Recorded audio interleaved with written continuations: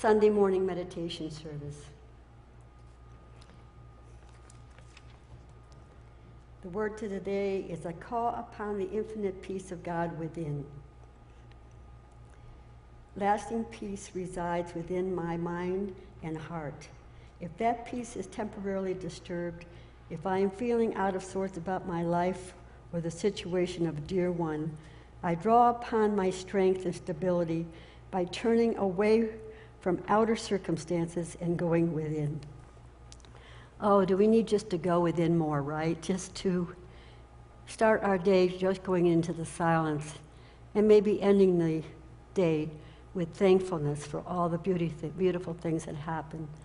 We just become aware that we're here for the Creator and bringing that creation into us, that the all-knowing Creator is so important. So that's why meditation is so important. And I'm going to be doing the Tibetan bowls today. Each bowl begins as a molten mixture of the special 7 sacred metals. It takes 3 to 4 people to hammer each bowl. One holds the hot metal with blacksmith tongs, while 2 or 3 others alternate hammering and chanting, infusing the bowl with healing intentions, even as it's being created. Bowls typically range in size from 3 inches to 4 inches in diameter, but can also be larger or smaller. So I want you to get as comfortable as possible. If you want to just lay down on the pew, that's fine. Nobody's going to even think about it twice. It's how you can get rid of your body and just let the sounds go through every cell of your body. So.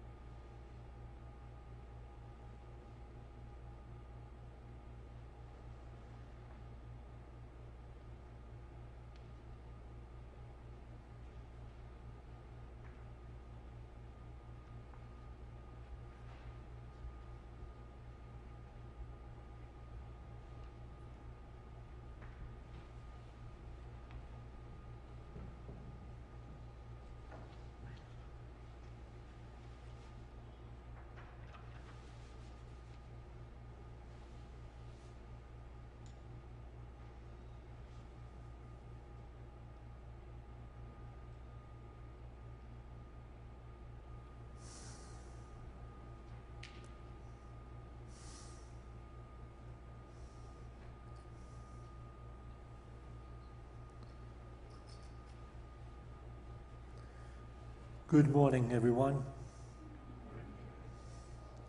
Welcome, all of you, sincere seekers of the truth of life, asking, how have we come into existence? And what is the purpose of this journey through life or through lifetimes? Last week I said, as plainly as can be said, that I accept and practice the ideas and ideals of A Course in Miracles. Although I do not accept or believe the implied goal in the text of A Course in Miracles. The implied goal being transcending human awareness totally and entering an ethereal state of being. Rather, I do believe that in our journey we remain in the world or return again and again to the world, but always in the service of healing love, with the goal being the perfection of human manifestation.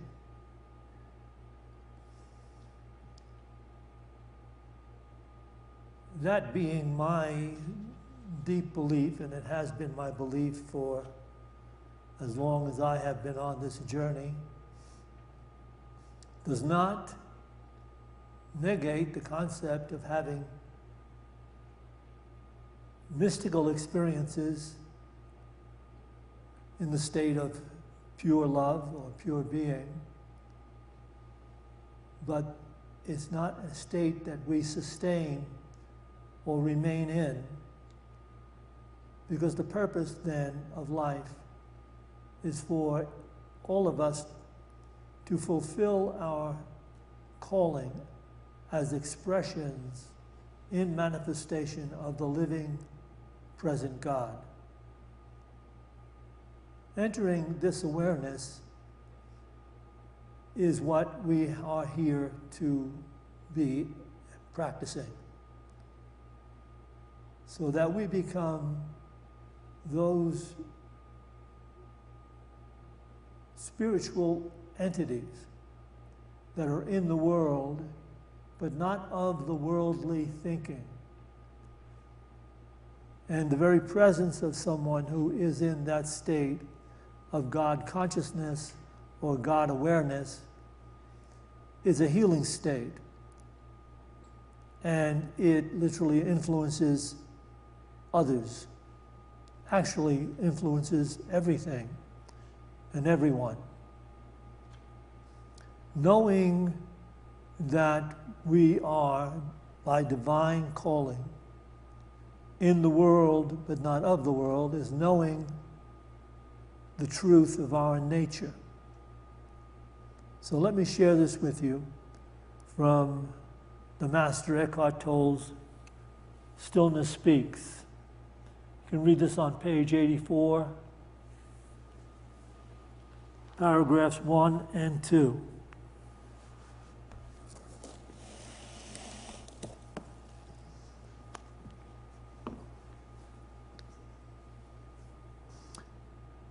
You are not separate from nature.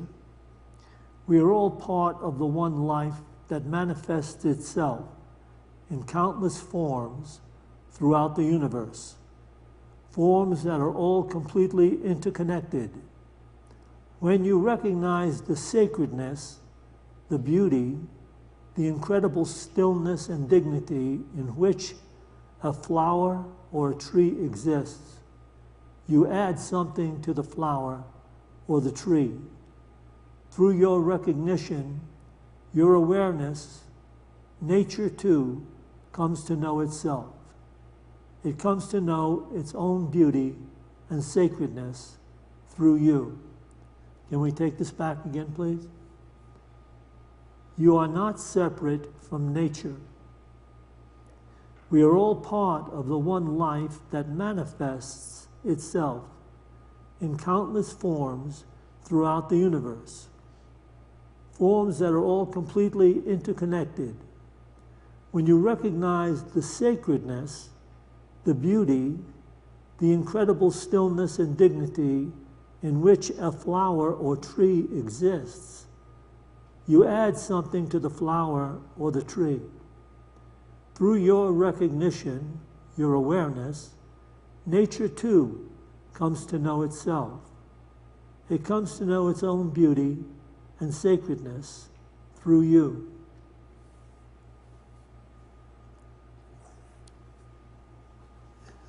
If you consider that deeply,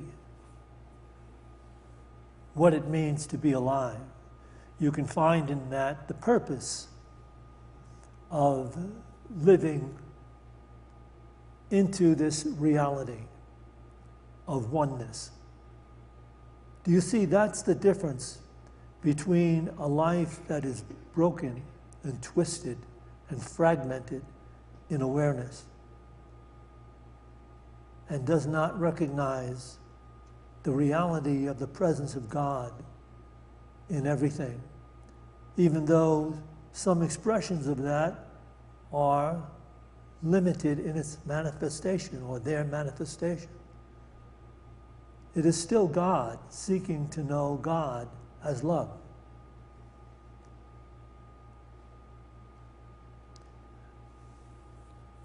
When my children were younger and we went on these extraordinary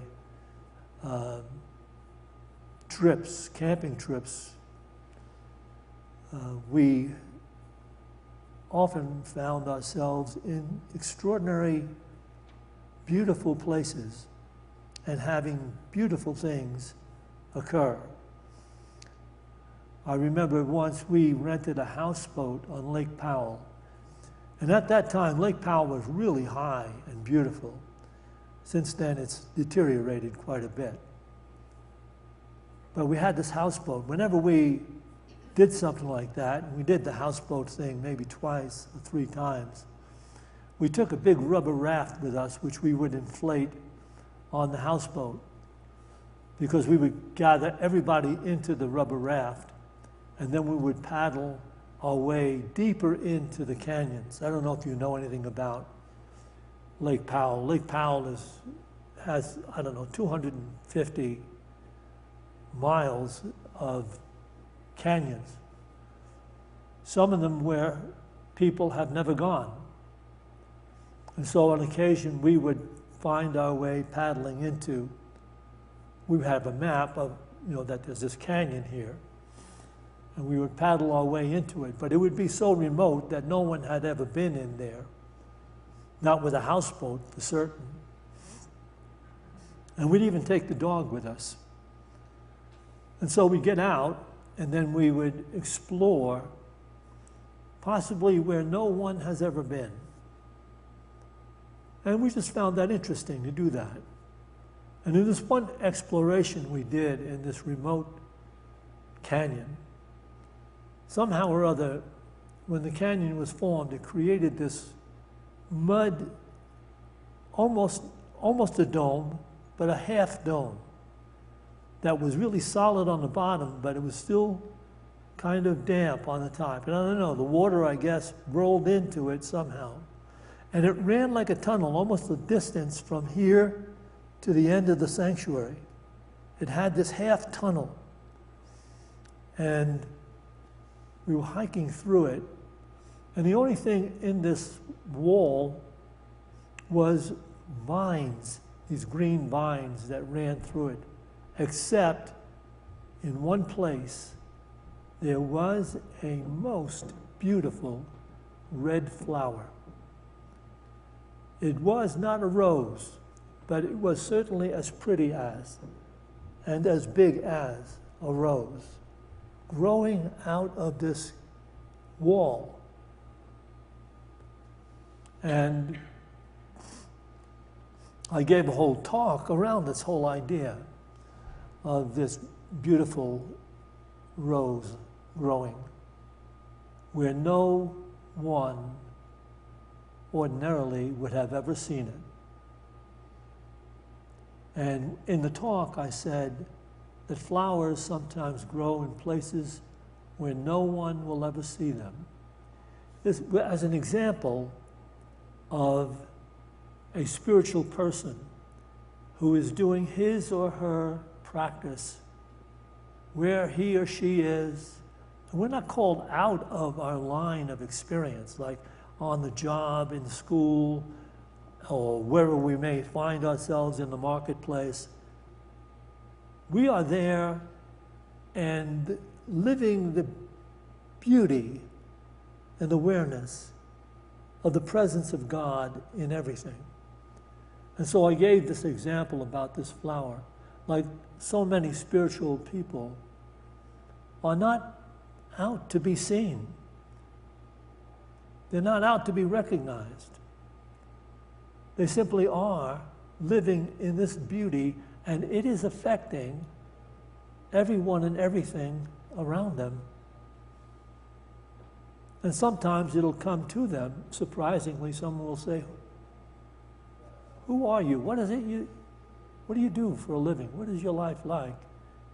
Because they sense this presence, which is like an aura that spreads to everything around them.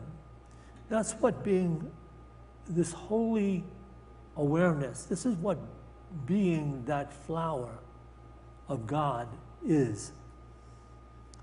And it turned out to have a somewhat of a problem, because I used the expression, flowers often grow in places where no one will ever see them. And a gal that lived here at the time and has moved since, who was an illustrator for greeting cards, used that statement on a card with a beautiful flower on the card.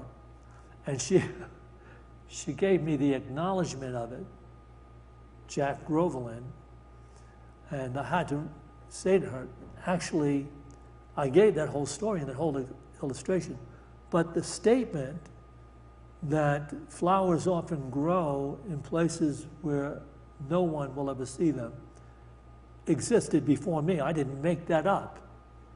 Although I talked about a flower that grew where no one ever saw it, et cetera, et cetera. And I came back and I used that phrase, and I don't know where the phrase came from, but I do know it wasn't mine originally. Somewhere or other I had seen it or read it. So, in any case, the point was well made. If we are able to attain this level of awareness, we no longer need the recognition of others. We no longer seek to gain those things that the world finds so important, which is that you're adulated or important or powerful or to be sought after or to be envied.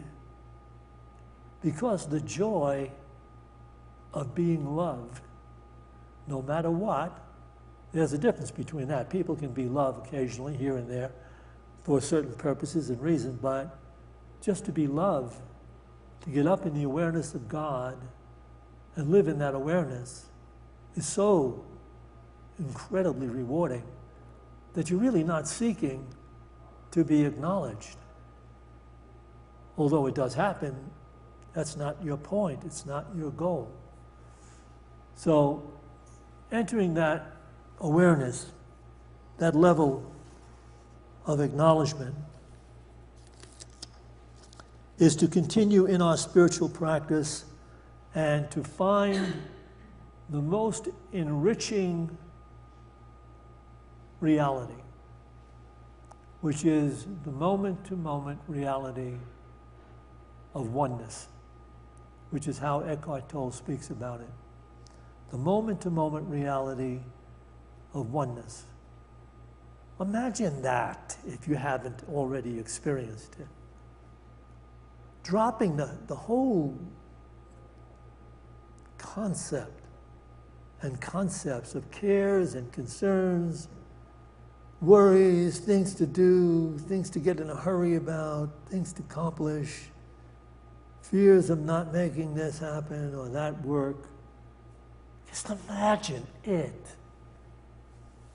not being the focus of your life and being okay. Getting up absolutely okay. Feeling okay in the beauty and the awareness of the presence. May I have this next PowerPoint, please? This is Stillness Speaks. That's page 91, paragraph 2 and 3. When you make the present moment the focal point of your attention, instead of using it as a means to an end, you go beyond the ego and beyond the unconscious compulsion to use people as a means to an end, the end being self-enhancement at the cost of others. When you give your fullest attention to whoever you are interacting with, you take past and future out of the relationship, except for practical matters. How wonderful to go beyond wanting and fearing in your relationships. Love does not want or fear anything. Can we take that back again, please? Why does that writing exist in this world?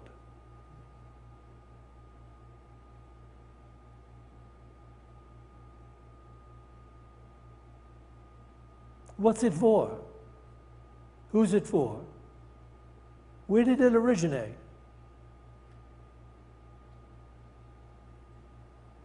When you make the present moment, what are they talking about? Nobody's making the present moment the moment to live in totally. Am I right or am I wrong? Is that the world? Is that the world we were born in? Raised in, educated in, a world where silence in school for a minute is forbidden. God forbid you should have insight, intuition rise within you instead of what's being given to you from unenlightened people who never meditated. When you make the present moment the focal point of your attention, instead of using it as a means to an end, you go beyond the ego and beyond the unconscious compulsion to use people as a means to an end, the end being self-enhancement at the cost of others. When you give your fullest attention to whoever you are interacting with, you take past and future out of the relationship, except for practical matters. How wonderful to go beyond wanting and fearing in your relationships. Love does not want or fear anything.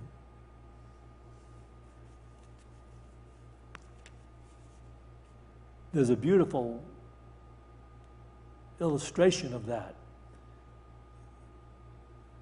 And I kind of think the movie that it was in, it had Sean Connery as the king,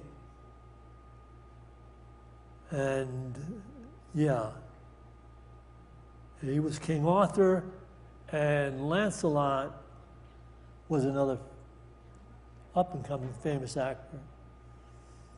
And Lancelot goes through this really dangerous gauntlet that he has to go through as a knight. And he makes his way through it.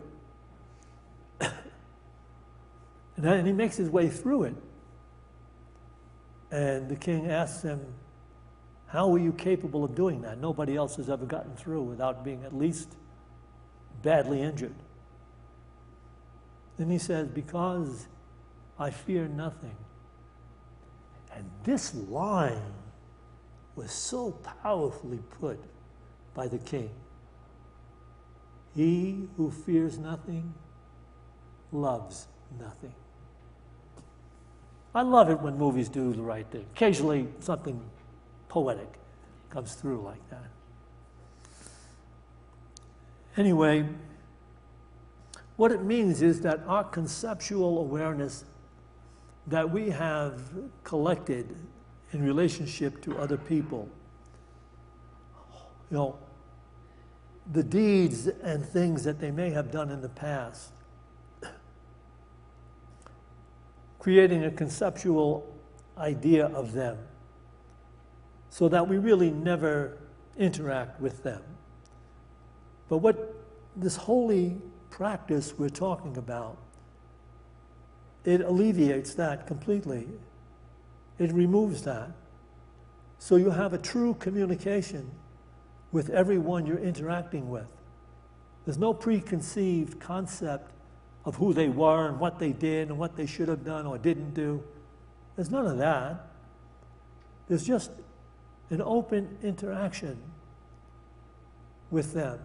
It's almost like a soul-to-soul experience. What I'm talking about is life as we were called upon to live. Not the fear-driven life or the ego-centered life that we try out for a while, hopefully not too long. But we are called to freedom. And I'll tell you, when I used to do counseling, general counseling, this is way back when,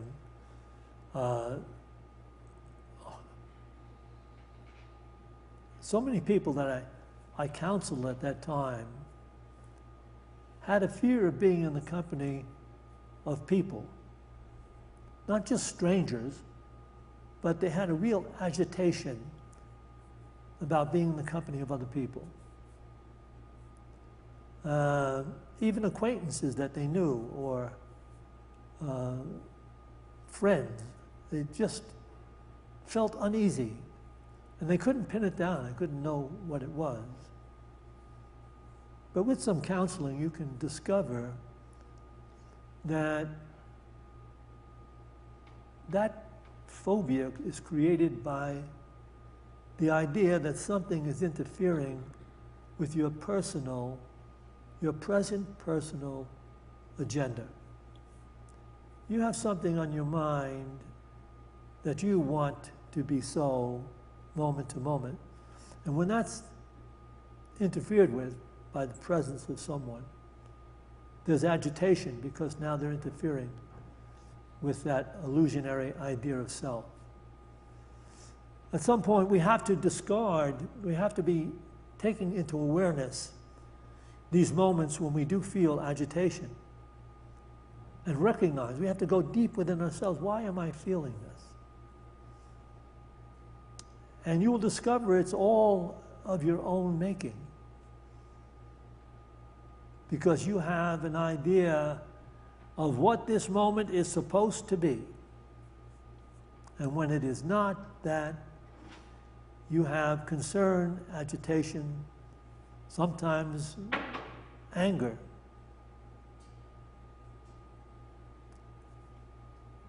In our practice of the spiritual truths that lead us to the consciousness of oneness, in that practice, we are slowly subjugating the initial ego consciousness to the spiritual awareness of being God, one with God. That's what's taking place. And there is an interesting and unique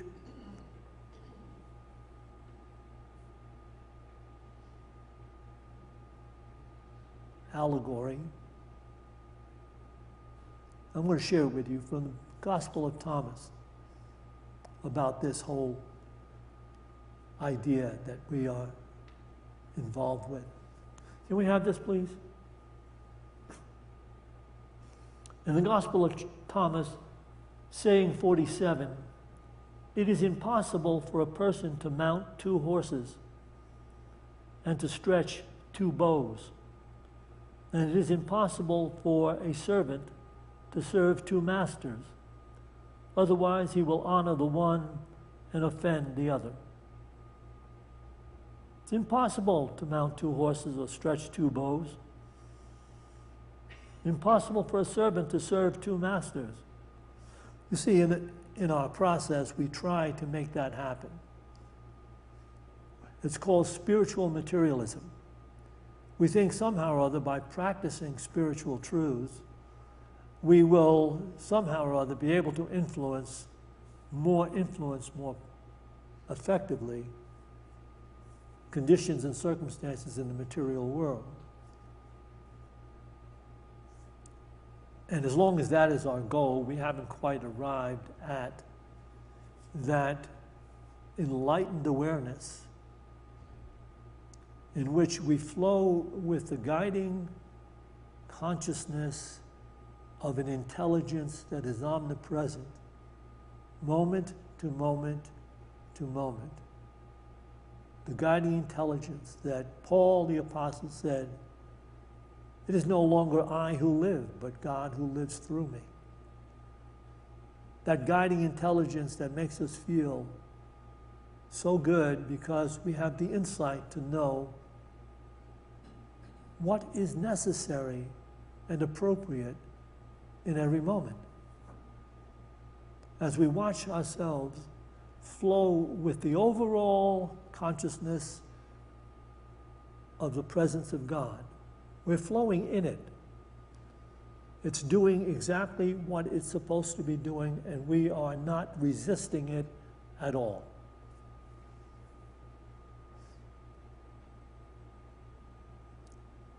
So, back in the day when I did do general counseling, I guess I learned a lot about the challenges we face.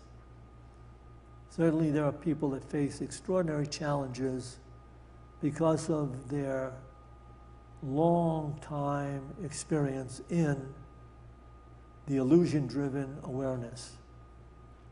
And sometimes it is almost catastrophic to the point where they have a vengeance against life.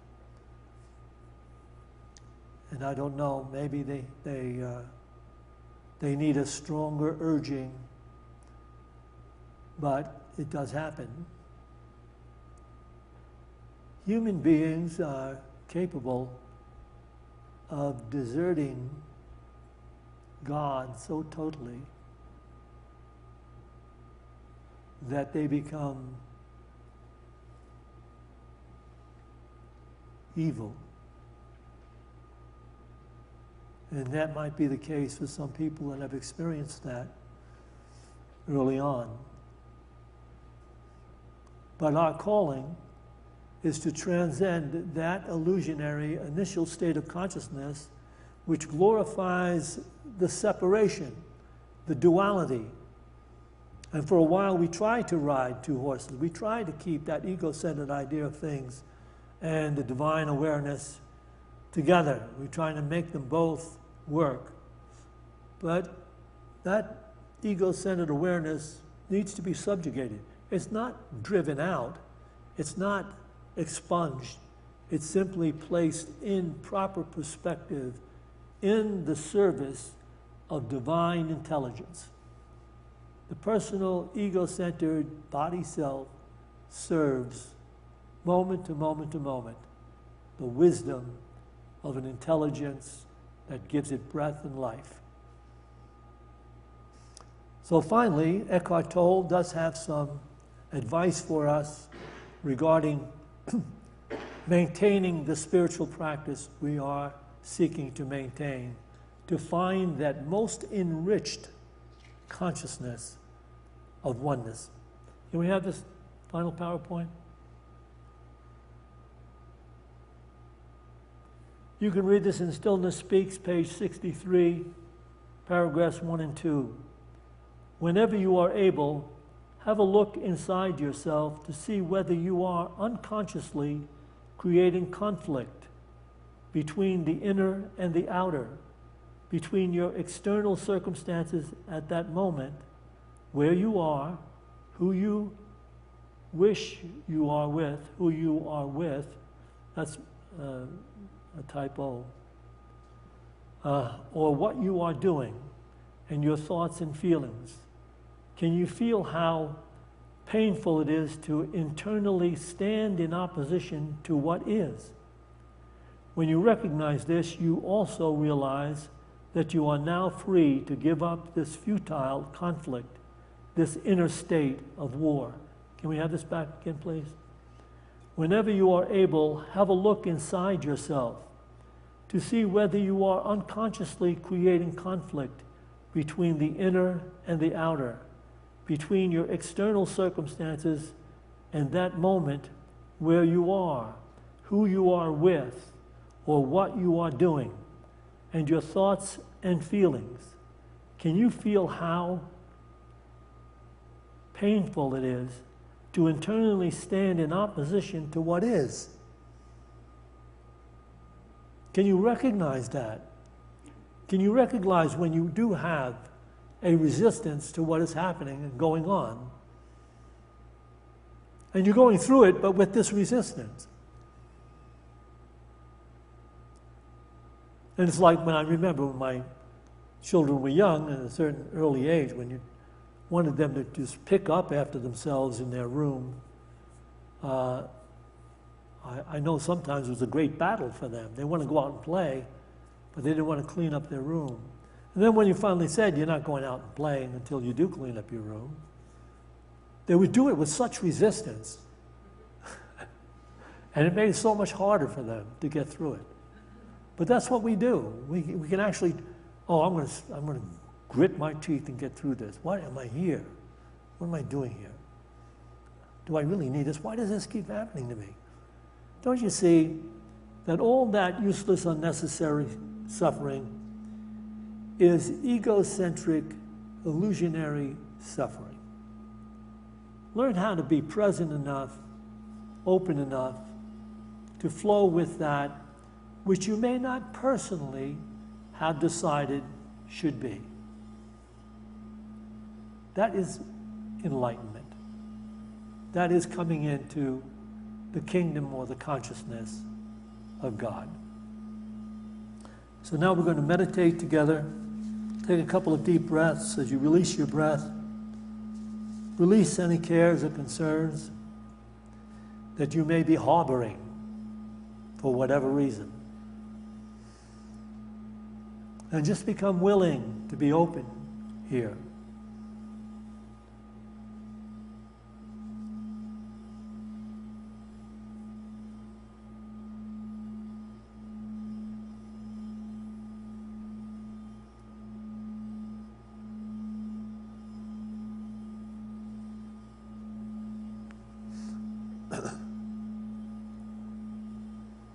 And bring gently to mind this idea.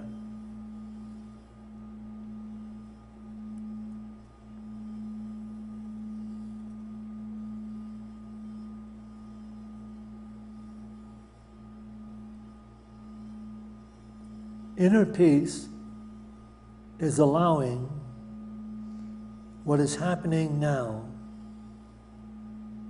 knowing it cannot be otherwise.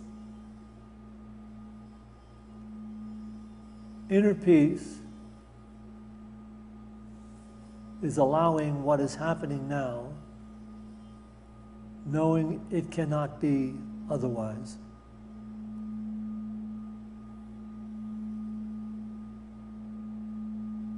Inner peace is allowing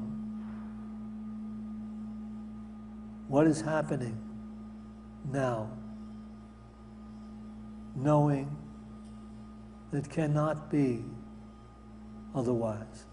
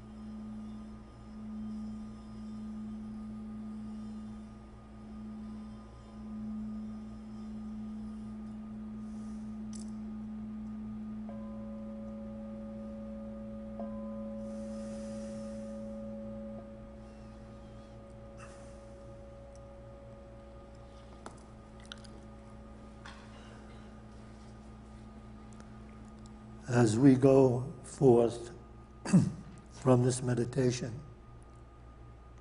to those places we occupy in time and space, let us go forth with a greater determination to be awake in the moment, allowing, letting thy will, O God, be done. For this opportunity in every moment, we give thanks. To this we say, Amen.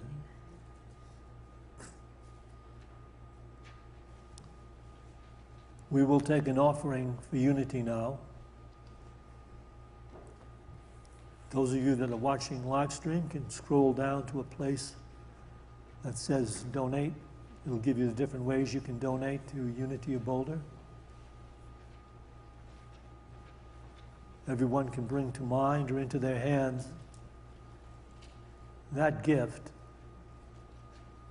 willingly giving to sustain the truth that human beings are seeking. We take this gift into our hands. Let's bless it with this divine truth. I willingly give this gift to sustain the truth that all human beings are seeking. Together, please. I willingly give to sustain the truth that all human beings are seeking. And so it is. Amen.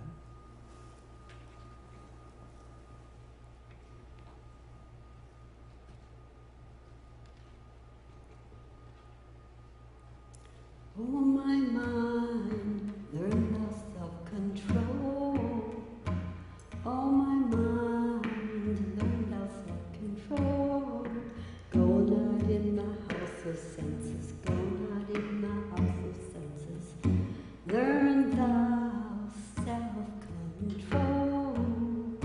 Learn thou self-control. Oh, my mind, learn thou self-control. Oh, my mind, learn thou self-control. Enter not the house of senses, enter not the house of senses. Learn thou self-control. Learn thou self-control. Learn thou self-control. Learn thou self-control.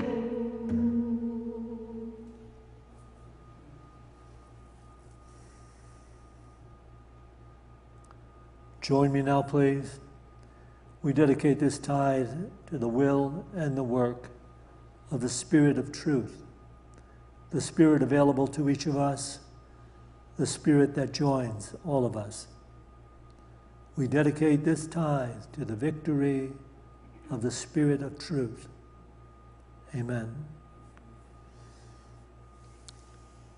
Any particular announcements coming up? The gift store is open, and you're welcome to go into the area and look at what magnificent gifts there are there.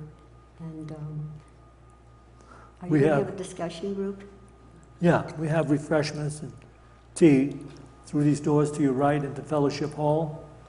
And if you so desire, you can stick around and we'll circle up some chairs in there in a few minutes, and you can ask any questions you want regarding the service, or we can discuss anything about unity that seems to be on your mind. Everyone, and you can see the second service with Santusha. That's right. It's a whole other message.